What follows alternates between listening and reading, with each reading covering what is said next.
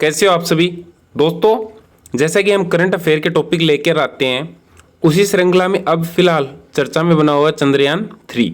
तो चंद्रयान 3 के बारे में हम पूरी डिटेल से बात करेंगे।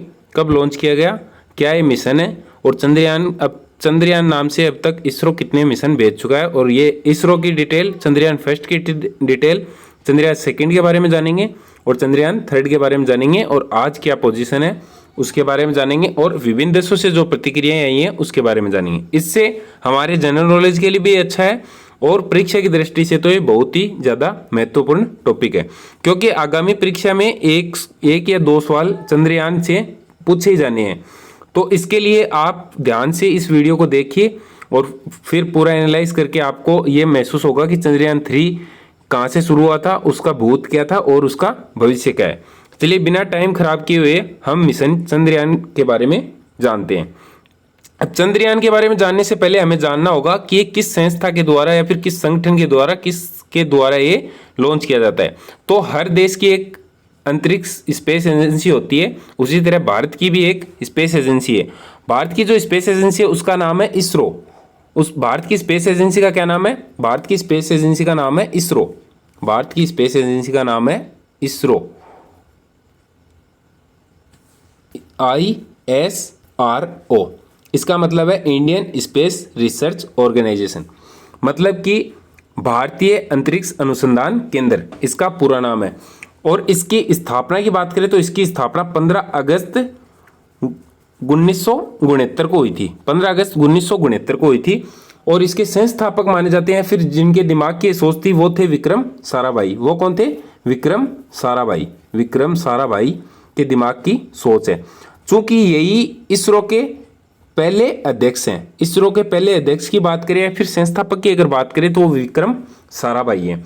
और वर्तमान में अगर इसरो के अध्यक्ष की बात पूछी जाए, ये पूछी भी जा सकती है और इंपॉर्टेंट भी इस दृष्टि से हो जाती है। किस दृष्टि से? चंद्रयान 3 अभी सक्सेसफुली लैंड कर चुका है, इसलिए ये इंपॉर्टेंट हो जाता है कि वर्तमान में इसरो के जो अध्यक्ष हैं वो कौन है। तो वर्तमान में इसरो के अध्यक्ष हैं एस सोमनाथ वर्तमान में इसरो के अध्यक्ष हैं। ये तो इसरो की बात हो गई।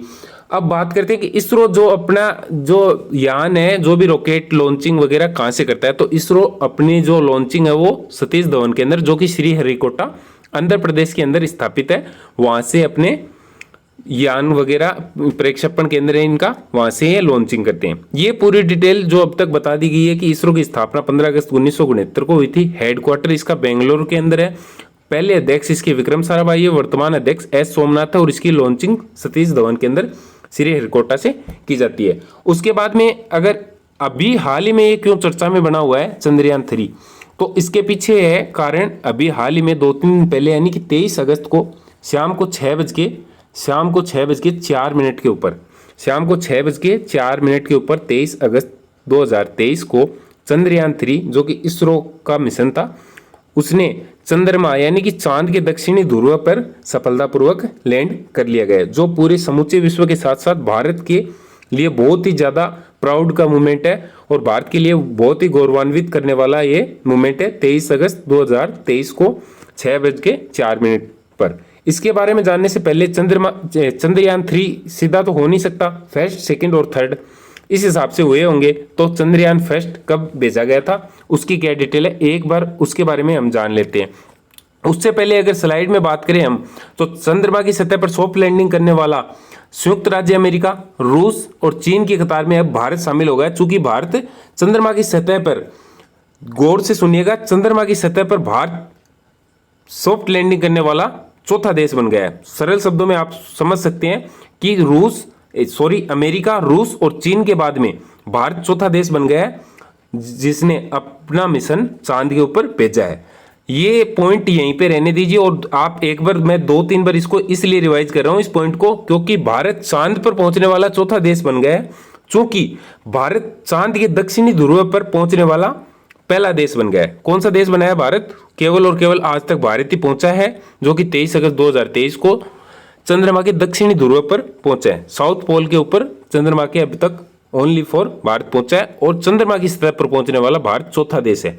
पहला अमेरिका, रूस, चीन, उसके बाद में भारत, लेकिन साउथ पोल पे पहुंचने वाला भारत पहला देश बन गया है। ये चंद्रमा 3 पहुंचना तो हमारे लैंड करना वहां पे, वो तो गौरवान्वित है ही। ये चंद्रमा दक्षिणी ध्रुव पर पहुंचना और भी गौरवान्वित करने वाला क्षण है, क्योंकि दक्षिणी ध्रुव पर पहुंचना बहुत बहुत ज्यादा कठिन है। आज तक वहां पर कोई भी देश नहीं पहुंच गए, क्योंकि भारत अब पहुंचा है और भारत ही फर्स्ट एंड लास्ट अब तक है। ये 2 पॉइंट आप गौर करके याद कर लेना, इनको रिवाइज बार बार में करते रहना। अब बात करते हैं अगर चंद्रयान 3 के बारे में, एक बार पूरा हम जान लेते हैं चंद्रयान 3। तो चंद्रयान 3 है वो मिशन 14 जुलाई 2023 को, यानी कि अब से लगभग 40 दिन पहले सतीश धवन के अंदर, अभी बताया था कि इसका जो लॉन्चिंग है, लॉन्चिंग केंद्र है वो सतीश धवन के अंदर श्रीहरिकोटा है, वहां से लॉन्च किया गया था। कब किया गया था चंद्रयान 3? अगर लॉन्चिंग की डेट पूछे कि कब लॉन्च किया गया था तो 14 जुलाई 2023, और वहां पे लैंड, चंद्रमा पे लैंड कब किया है तो 23 अगस्त 2023। ये दोनों डेट भी आप याद रख लेना।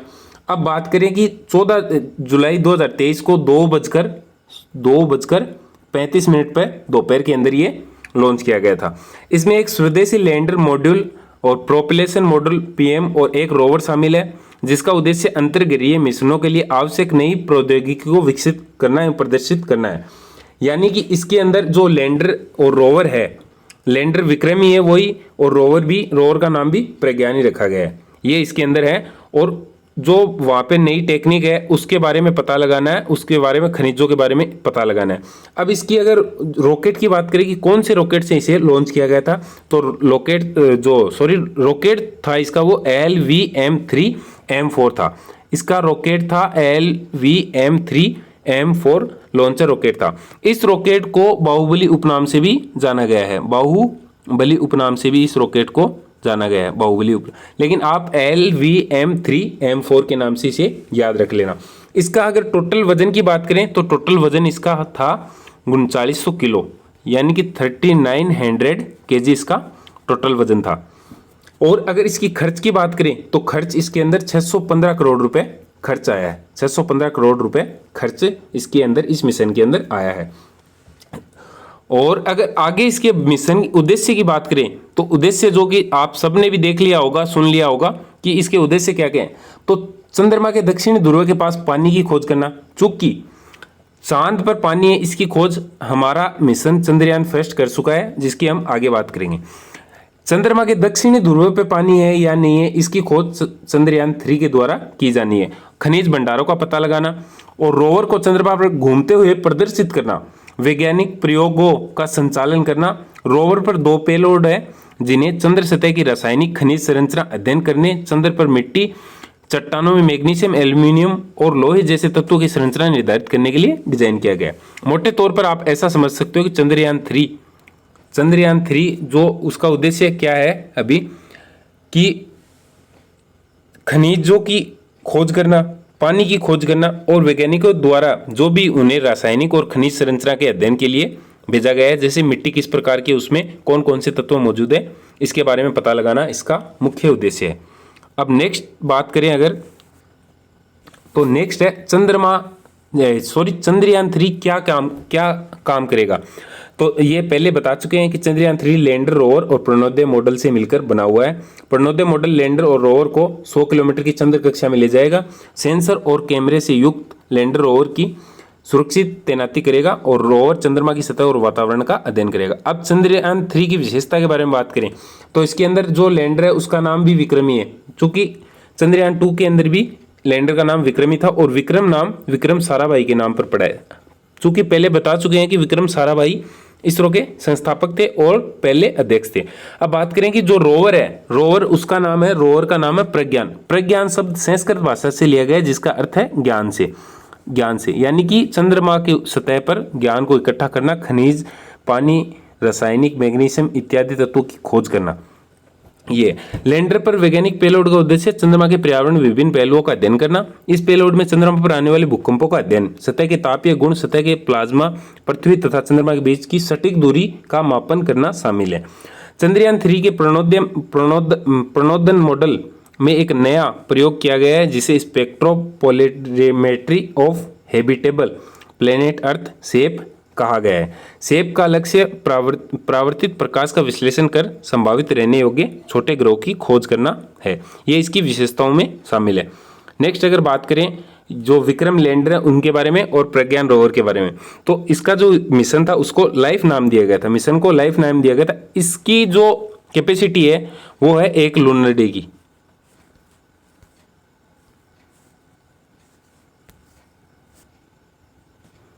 विशेषताओं के बाद में अगर आगे हम बात करें, विशेषताओं के बारे में अगर आगे बात करें तो ये विक्रम लैंडर और प्रज्ञान के बारे में हमने जान लिया। जो इसकी जो कैपेसिटी है वो 1 लूनर डे की है, जो कि हमारे जो दिन होते हैं यानी पृथ्वी पे जो दिन होते हैं उनके 14 दिन के बराबर है। उनके कितने 14 दिन के ये बराबर है। और वजन वगैरह इसके अंदर दिया गया है कि कितना कितना इसके अंदर वजन है। पेलोड इसके अंदर 3 है, इसके अंदर 2 है। और इनका काम क्या होगा, चंद्रमा के दक्षिणी ध्रुव पर ये सॉफ्ट लैंडिंग कराने के लैंडिंग कराने के काम आएगा। और जो ये है रोवर है, इसका काम क्या है, इसकी चांद की सतह पर मौजूद पानी और खनिज का पता लगाना इसका मुख्य कार्य है। उसके बाद में अगर आगे बात करें चंद्रयान फर्स्ट के बारे में हम डिटेल से बात कर लेते हैं। तो चंद्रयान फर्स्ट है वो 2008 का मिशन है। चंद्रयान फर्स्ट 2008 का मिशन है। कब का मिशन है, 22 अक्टूबर 2008 का मिशन है। 22 अक्टूबर 2008 का चंद्रयान फर्स्ट मिशन है। ये एटलस निर्मित करना और खनिज मानचित्रण करना इसका मुख्य उद्देश्य था। अब इसे जिस व्हीकल से लॉन्च किया गया था उसका नाम था PSLV C11। PSLV C11 ये मोस्ट इंपोर्टेंट हो जाता है कि चंद्रयान फर्स्ट को किस व्हीकल से लॉन्च किया गया था, तो PSLV C11। और चंद्रयान फर्स्ट ने चंद्रमा की सतह पर पानी और हाइड्रोक्सिल का पता लगाया था। चंद्रयान फर्स्ट ने, हालांकि वो सक्सेस नहीं हुआ था, लेकिन उसने इन चीज़ों का पता लगाया था। अब आगे बात करते हैं चंद्रयान सेकंड की। तो चंद्रयान सेकंड आप सबको पता है कोरोना काल के अंदर चंद्रयान सेकंड जब लॉन्च हुआ था, चंद्रयान सेकंड तो लॉन्च ये 22 जुलाई लॉन्च हुआ था, 22 जुलाई और 2019 को, 22 जुलाई 2019 को ये लॉन्च हुआ था। और जो इसका यान था वो कौन सा था, GSLV MK3 M1 इसका प्रक्षेपण यान था। ये दक्षिणी ध्रुव की खोज करना इसका मुख्य लक्ष्य था, जो कि चांद से 2 किलोमीटर दूरी ये इसकी लैंडर की अचानक स्पीड बढ़ने से असफलता का सामना करना पड़ा। तो इस कारण से चंद्रयान सेकंड भी असफल हो गया।